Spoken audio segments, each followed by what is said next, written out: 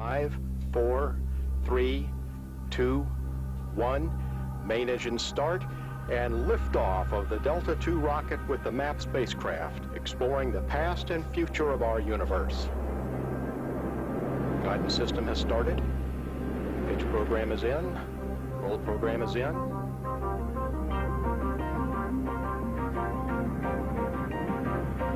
Initially, smooth flight being reported.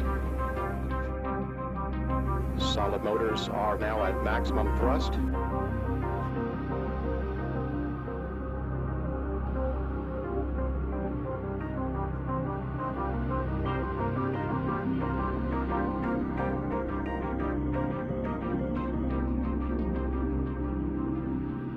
Space, the final frontier, or so we are told.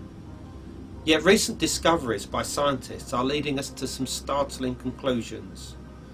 Even more surprising is that early humans seem to have been aware of this fact. I'm Andrew Collins. Come with us now as we explore one of the greatest discoveries of our time, the Cygnus Mystery.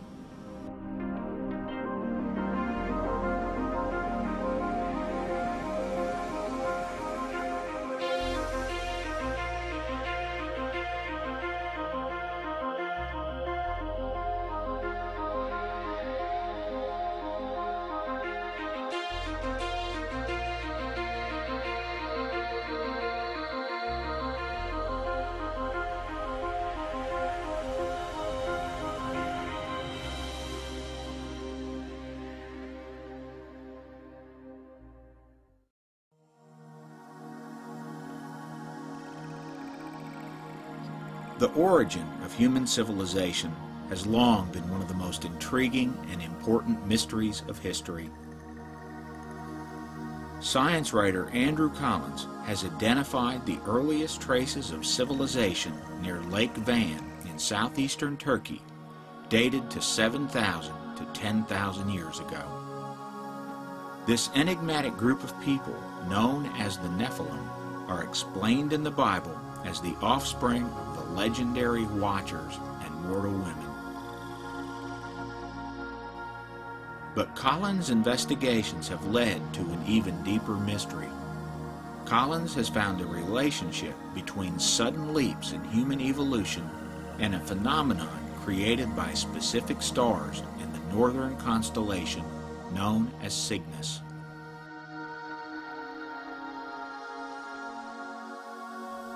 The first clues that led to this startling discovery were found in Turkey at the oldest and most mysterious ruins ever uncovered. The Cygnus Mystery began for me when in 2004 I visited Göbekli Tepe, which is being billed as the oldest temple anywhere in the world.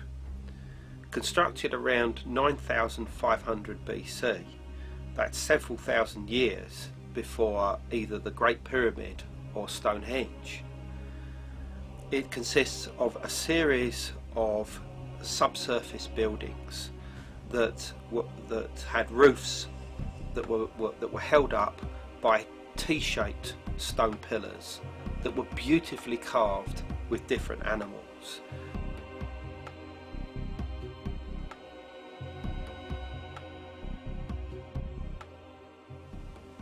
It is a total enigma, this place, as to what its function was, other than the fact that it may have served as a religious point of coming together of clans and peoples from a very wide area.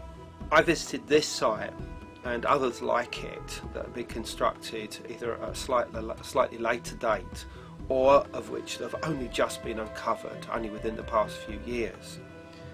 And I wanted to try and get into the minds of the people that created these places.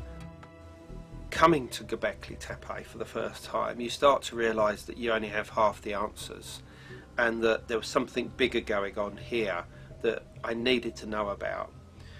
And this played on my mind for some days after my return from Turkey, and one particular night I just had images of Göbekli Tepe and other places that we'd visited going around my mind, and just suddenly it came to me.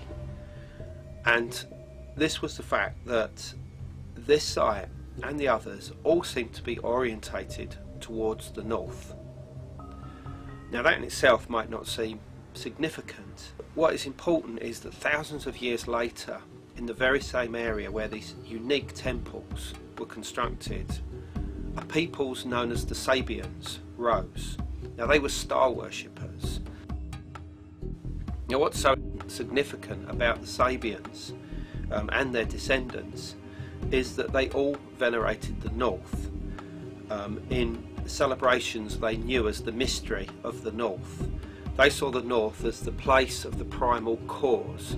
It was the place of heaven, and it was the place where the soul returned in death, symbolised by a bird. And they would see the soul journeying to the north in the form of this bird.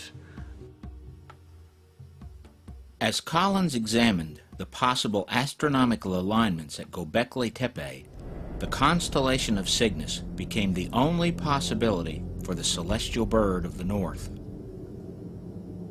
Cygnus is comprised of a host of stars, including Deneb. Deneb is seen in the heart of the Milky Way near the area known as the Great Rift, which is a dark split in the Milky Way nearly devoid of stars. Earth lies near the outer rim of our galaxy, and the Milky Way represents our nighttime view deep into the center of our own spiral galaxy.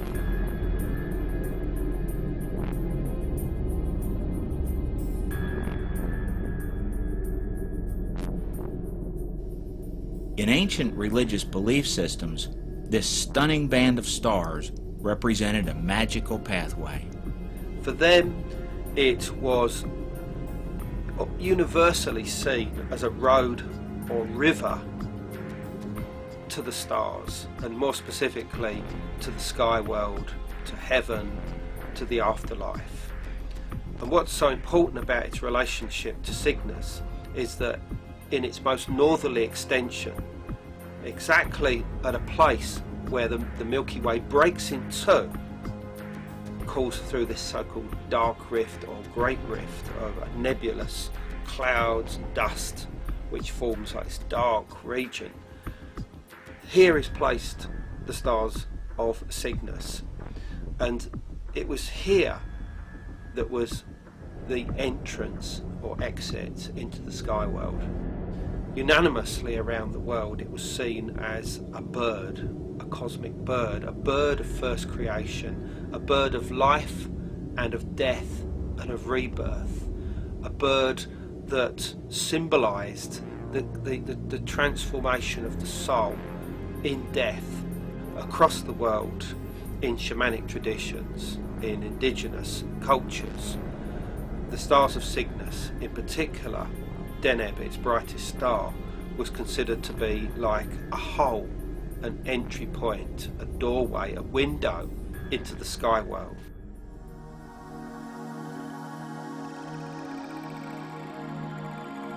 The area of science that investigates the astronomical alignments of archaeological structures is called archaeoastronomy.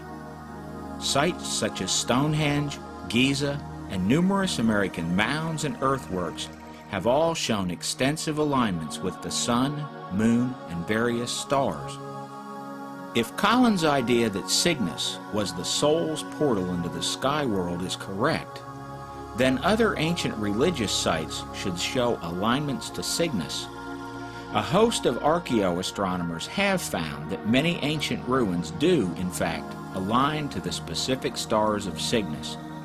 And Collins' own investigations have confirmed that dozens of sacred ancient sites were built to align with Cygnus.